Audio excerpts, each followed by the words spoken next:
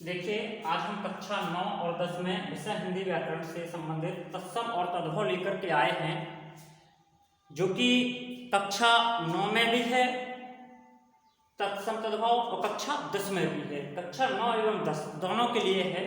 तो सबसे पहले हम पढ़ेंगे कि तत्सम तद्भव होते क्या हैं।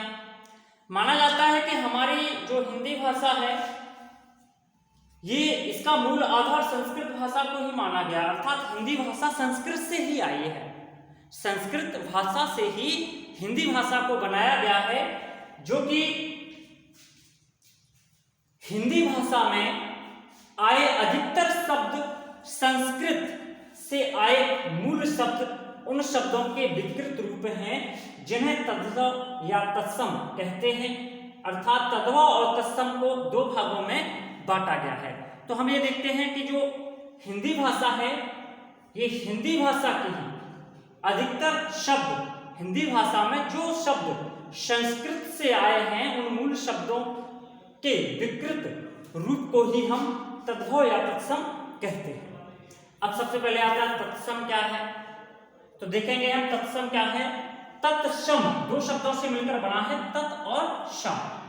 तत् प्लस सम दो शब्दों से मिलकर के बना है, जिसका अर्थ होता है उसके समान। परिभाषा देखिए, हिंदी भाषा में अनेक शब्द ऐसे हैं जो संस्कृत भाषा से सीधे आए हुए हैं और आज भी उसी रूप में प्रयोग किए जाते हैं, उन्हें हम तत्सम शब्द कहते हैं। तो मतलब क्या है, तत्सम किसे कहते हैं?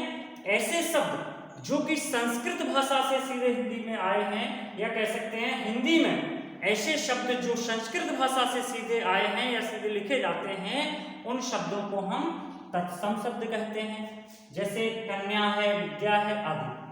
तद्भव शब्द क्या है?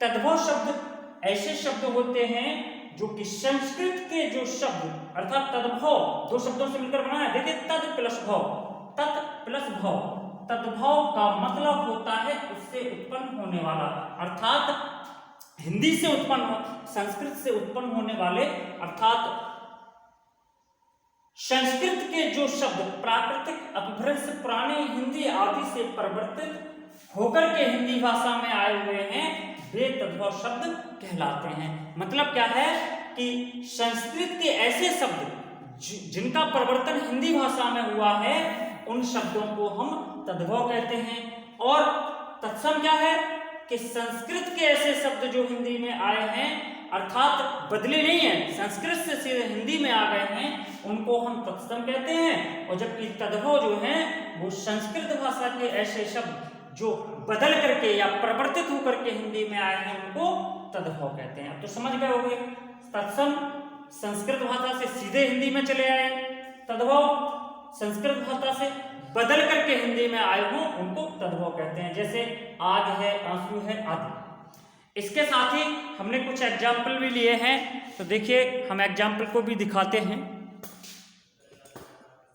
कुछ एग्जाम्पल हैं, उन एग्जाम्पल को भी आप देख लें।